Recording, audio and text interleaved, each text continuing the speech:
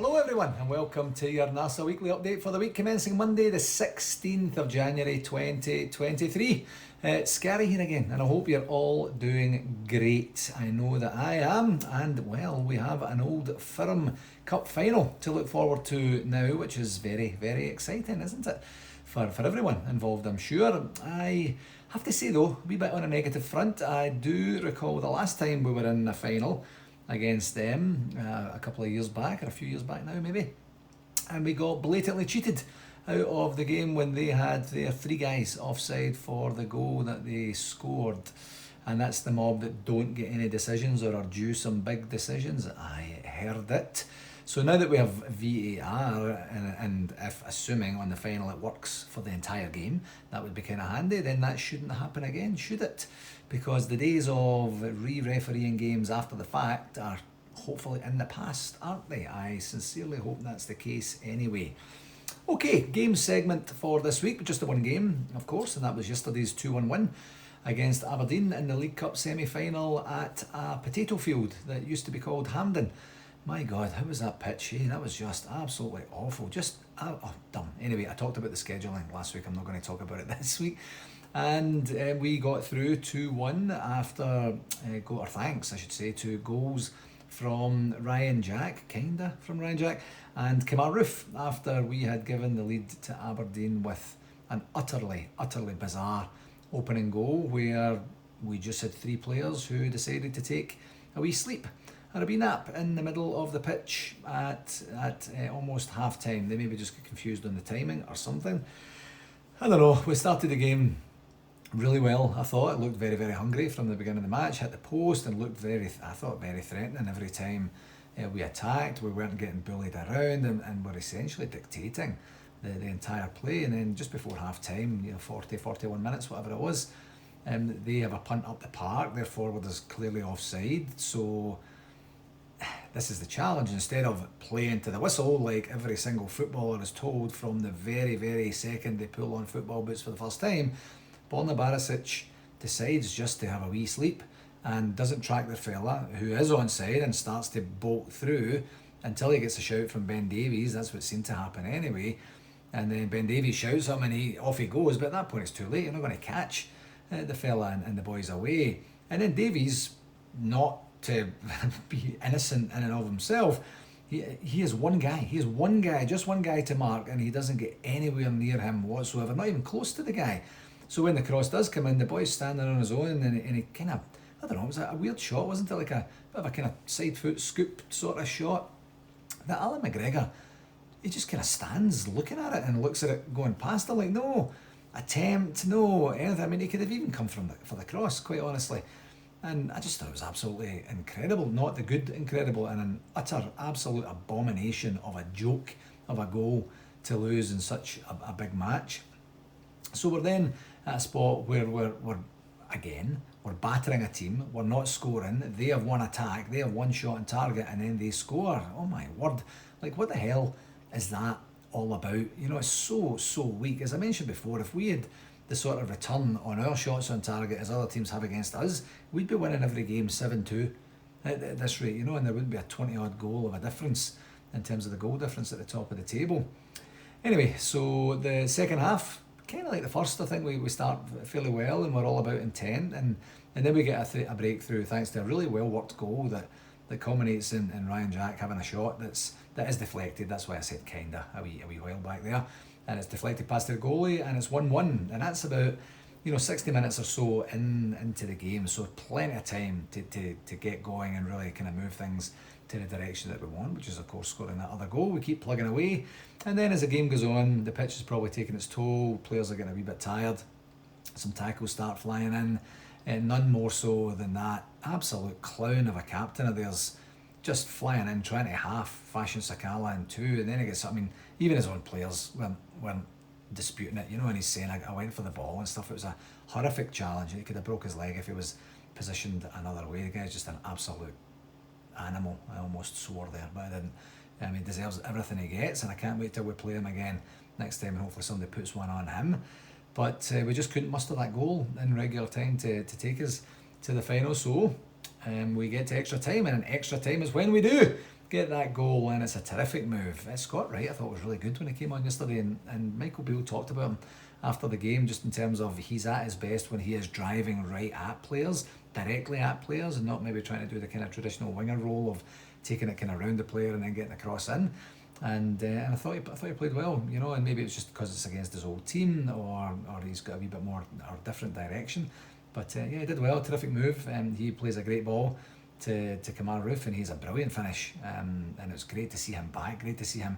That's the sort of goals he scores, you know. We don't really have anyone else in the team that scores those very clever, cute goals, if you like. And then we're on our way to the final, which is great. So an extra 30 minutes probably didn't matter too much. I mean, I guess with the heavy pitch, maybe we could have done without it, but we got the goal, and they had a couple of chances towards the end, which was a wee bit disappointing when they're down to 10 men, and I wouldn't say I didn't get the impression we were hanging on at the end. I thought it was still pretty comfortable. I didn't think they were going to score at all, which is a nice pleasant change, because normally I'm a nervous wreck at those times. So positives from the game: the result, of course, the fact that we're in the final, and how we played in spells. We just kept plugging away, doing the right things, and we got our just desserts at the end. Kamar Roof's winner, as I say, was great as well. And then Alan McGregor, credit to him after what I think was just some, I don't know, brain fart for the goal. It made up for his part in the goal with some crucial saves towards the end. Saves he should have made, but even then, still has to make them, and did a good job of that in both full-time, regular time and extra time. So all in all, pretty entertaining game, actually, and one that we 100% absolutely deserved to win. No question about it. The score will say it's a lot closer than it actually was, but we were well on top of Aberdeen in the whole game. Negatives, apart from the ridiculousness of the way we conspired to lose the opening goal. I know I keep talking about it, but geez, and you know, the other negative is Kamar Roof getting injured again. You know, hopefully it's not too serious for him, but I mean, the boy is just so injury prone. I just don't. I mean, I know that it's been said before on outlets that, you know, if he was not so injury prone, he wouldn't be at Ibrox. He'd be playing down in the English Premiership most likely. You know, the guy just can't cut a break. You know, he comes back from his injury and then gets injured straight away again after scoring a brilliant goal. You know, I mean, he must be very frustrating for him, but as fans, you're just like, this is Andy Webster all over again. You know, like guys that just can't put it together in a blue shirt, and you know, maybe it's just too intense for him. I mean, I thought it was a foul, actually, the challenge, and maybe never got the foul for it, but just to go down the way he went down, his body maybe just is not designed for being a professional athlete in a physical sport like this, which is a shame because he is a real asset for us. But other than that, not too many negatives for me. I think everyone did really well. On the referee watch, Nick Walsh, he wasn't hugely helped, of course, with the VAR deciding to crap out. I guess that was at the start of the second half, or maybe it happened at the end of the first. I'm not 100% sure, but just on that very thing, I guess Michael Beale was being asked about that in one of the post-match interviews, and they asked about the VAR, and he says, well, it didn't work. They didn't use it last night, and it didn't work today. So, you know, we kind of went old school, whatever it was he said, but he made a particular reference point to the Stonewall penalty that was waved away by Willie Collum and VAR at Hampden, not even 24 hours before our game, or I guess 24 hours before our game. Just utterly ridiculous decision. I mean, you look at it from any angle, and that's a penalty all day long. That's 99 times out of 100. It's a penalty, and they never got it. Their influencing of, and they're not so subtle influencing of the referees is just absolutely pathetic, to be perfectly honest. But it worked, and anyway, Michael Beale called it out. So good for him for doing that. But overall, anyway, back to Nick Walsh, I think he did okay. My one main gripe that I was getting quite annoyed about is that a jersey pull is a jersey pull, and that's a yellow card all day, every day. It doesn't matter when it is in the game, it doesn't matter where it is in the pitch, or anything like that. And he let at least one, maybe even two go, where he's standing looking right at it, just gives a free kick. You can tell he's talking to the player as the player walks by. That doesn't help anybody do anything. I mean, that's just being lenient for lenient's sake, and you're going to end up causing yourself an issue a little bit later in the game. And then when he starts to produce cards much later in the game, when the pitch is taking a toll, when the players are getting tired, when things are going, you know, either do one or the other. Don't introduce it a wee bit later on. I mean, he was he did start booking players for that sort of stuff later on, and he was absolutely spot on with the red card. So fair play to him with that, because he had absolutely no hesitation whatsoever. And with the VAR annoying and him annoying me because of the shirt pulls and stuff, he's going to get a 7 out of 10.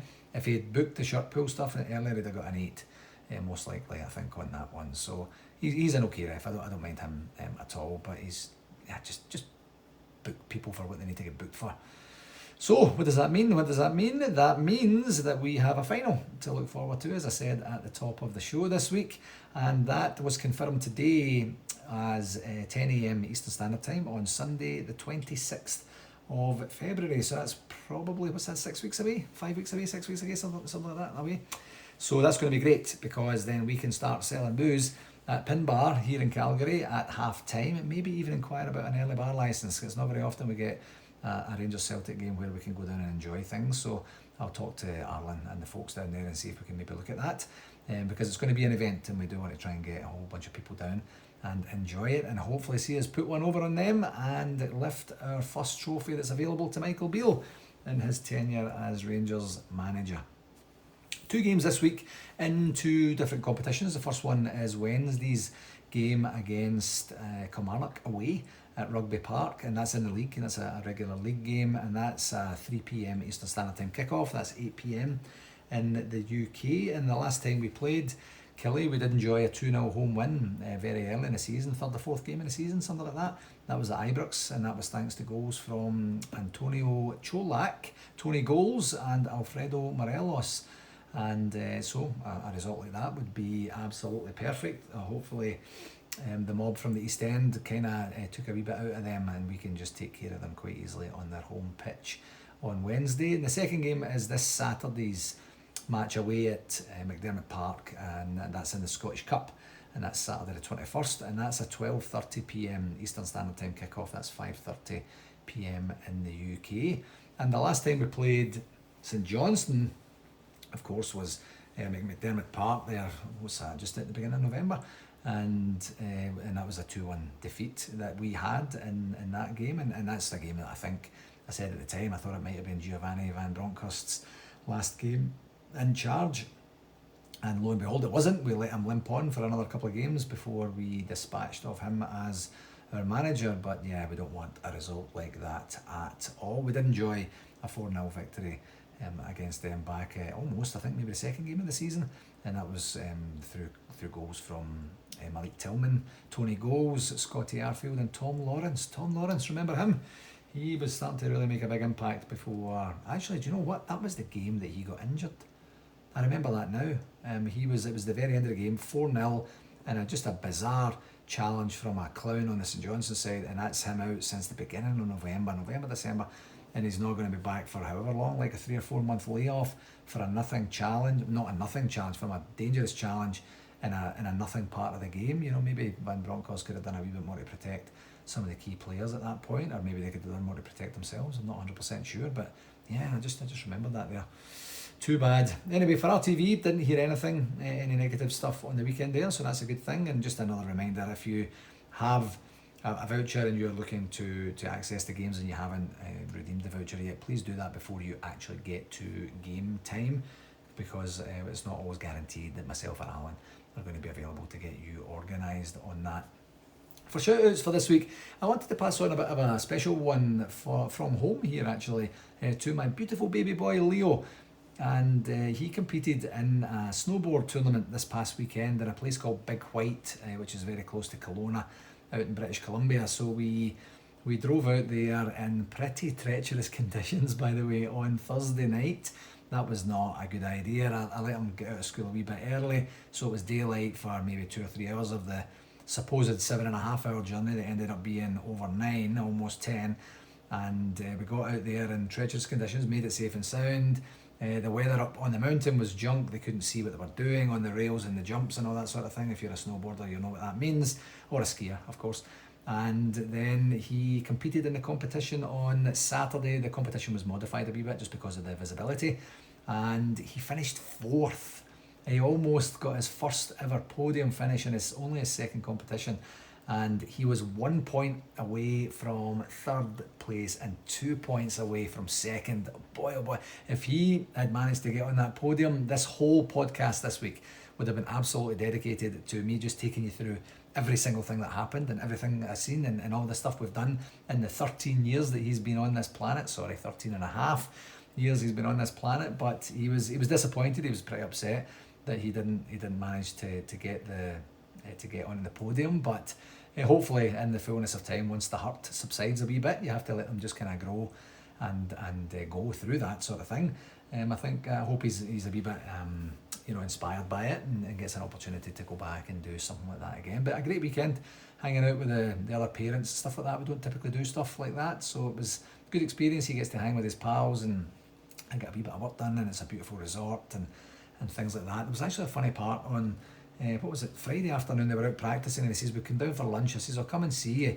He says, "No, we're just doing a team thing." I says, "I'll come and see you anyway."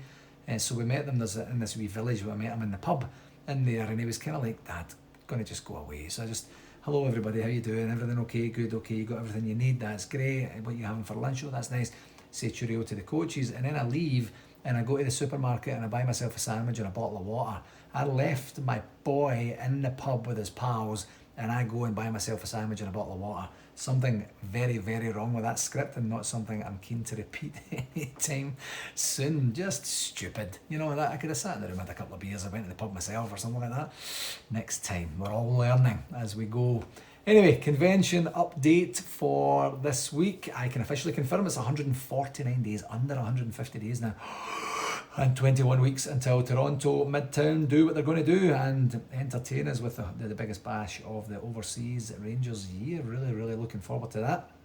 And just another reminder, not too much to share, quite honestly, on the convention front this week, but the hotel rooms and the convention tickets are still on sale. And I think now, as we gear up towards an Old Firm Cup final and the possibility of the trophy actually coming over to the convention this time, and the wheels are already in motion for that as well, by the way, folks, to make sure that we don't clash with any of the major stuff over at home. So we'll get that organised should we win the trophy. When we win the trophy. But hopefully that'll kickstart a wee bit of a flurry of activity on the tickets. And just a reminder, the tickets this year are 225 Canadian all in for all 3 nights. And another reminder that we do have Rosie and her team at the Holiday and Flight Centre with their full packages for any folks that are interested in doing the full suite of packages from back home, which would include your flights, it would include your transfers in Toronto, your hotel accommodations and your event tickets as well. As always, I'll put the phone number and the website, which is at theconvention.com, on the blurb for tonight's pod as well. And I was hoping to be in a position to give you an idea of some other guests that we have been pursuing. We did get one knockback for very good reason last week. Unfortunately, that would have been a good one. But of course, we do have Rangers legend Willie Henderson is already in the bag and very much looking forward to it. And of course, we've got our MC, Mr. David Edgar, as well from Heart and Hand. We are actively working as I record this on some other targets. I sound like a manager. I sound like Michael Beale, don't I, on the transfer front? But we are working on some other targets to complement what we have there and make it a wee bit different for folks that have attended as well. So hopefully I should hear before the end of the week from the one main person that I spoke to today, and hopefully we'll maybe get another one in the mix there as well, and maybe the other one maybe not so quick. We'll see how that goes.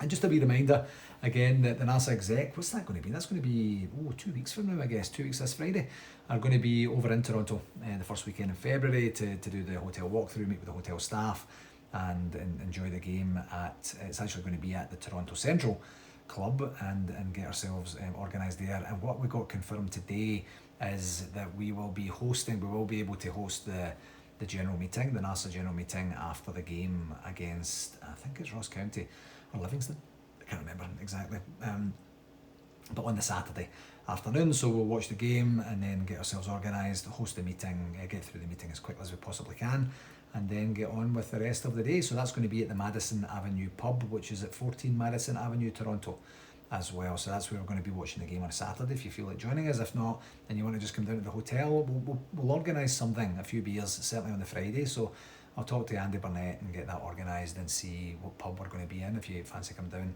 and sharing a few beers. As I say, we're not going to share any beers, we're going to drink beers, but just, you know, sharing in the experience of having beers together. He says, as a confirmed germaphobe, no sharing please.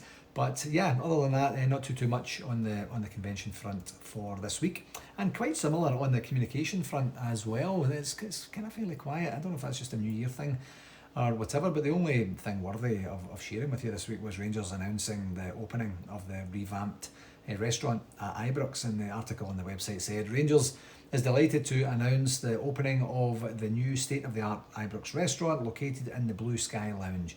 The modern lounge and restaurant has been upgraded, offering a high-quality dining experience with stunning views of Ibrox Stadium.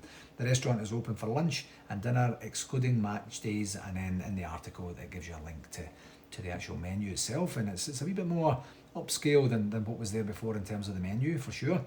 And commercial and marketing director James Bisgrove commented, it is fantastic to open the Ibrox restaurant in the new Blue Sky Lounge, and we are proud to be able to offer an industry-leading dining space within our stadium. It's important that we continue to enhance Ibrox, and the new restaurant will provide a high-quality dining experience for both supporters and visitors to the stadium. So that's pretty cool. It looks, from the photographs that I've seen, it looks really, really nice. And as I say, the menu looks really, really cool as well. I think when I was back home, I think I shared this not long after I came back in June last year, but when I was back there, we went and had a lunch over at the restaurant, and I think it was like the second last day of the previous catering company being responsible for the restaurant experience. It was very nice, very pleasant, and you know, the service is always really good in there as well, with a beautiful view as well, and with some great company there too. So it was really good. So at some point, if I ever make it back home, I will go and check that out, and I would encourage folks back home to do the very same. Okay, that will do it for this week, my friends. As always, I can't thank you enough for taking the time to listen and spend some time with me each week.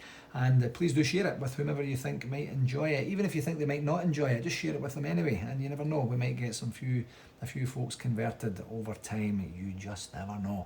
So until next week, here's to another very important 2 victories this week to, of course, cement our second place in the league and to continue our quest for domestic cup glory this season as well. So until next week, take care of yourselves, folks. All the very best. Okay, cheerio.